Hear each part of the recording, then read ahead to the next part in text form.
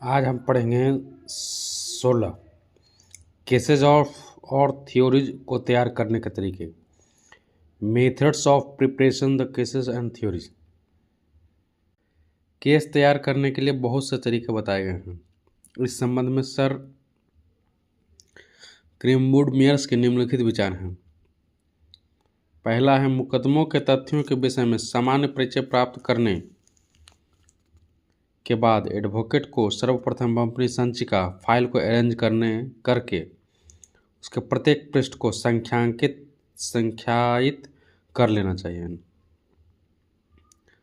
यानी कि नंबर कर लेना चाहिए।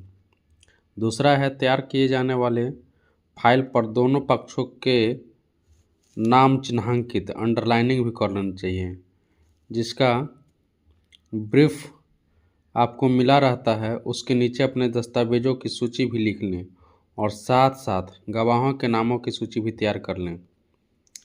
तीसरा है, उसी कागज पर तालिकाबद्ध विवरणी यानी कि टेबुलर स्टेटमेंट तैयार करें, जिसमें 4 खाने कॉलम्स हों।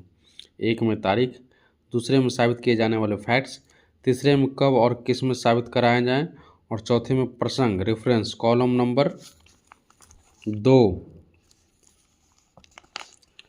महत्वपूर्ण फैक्ट्स को साबित करने के लिए विशिष्टता हाईलाइट होनी चाहिए, अर्थात प्रकाश में लाने वाली के लिए बल दिए जाएं और वे बातें जो आपके पक्ष में हो उन्हें नीली रोशनाई से अंडरलाइन कर दें, और जो आपके प्रतिकूल दिखे उन्हें लाल से अंडरलाइन कर दें। उसके बाद आपके गवाहन और उन्हें जो कुछ भी साबित करना है उन सभी बातों को अगले कॉलम में अवश्य नोट करें।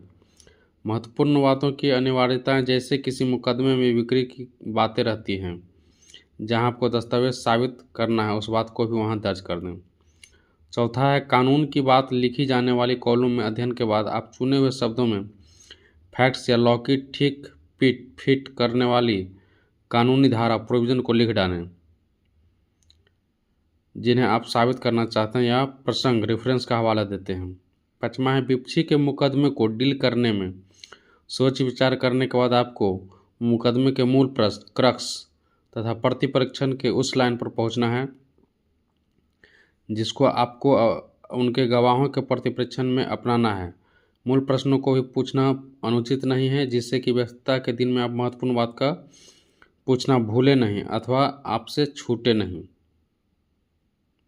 यही है केसेज और थ्योरीज को तैयार करने के तरीके, method of preparation of the cases and theories.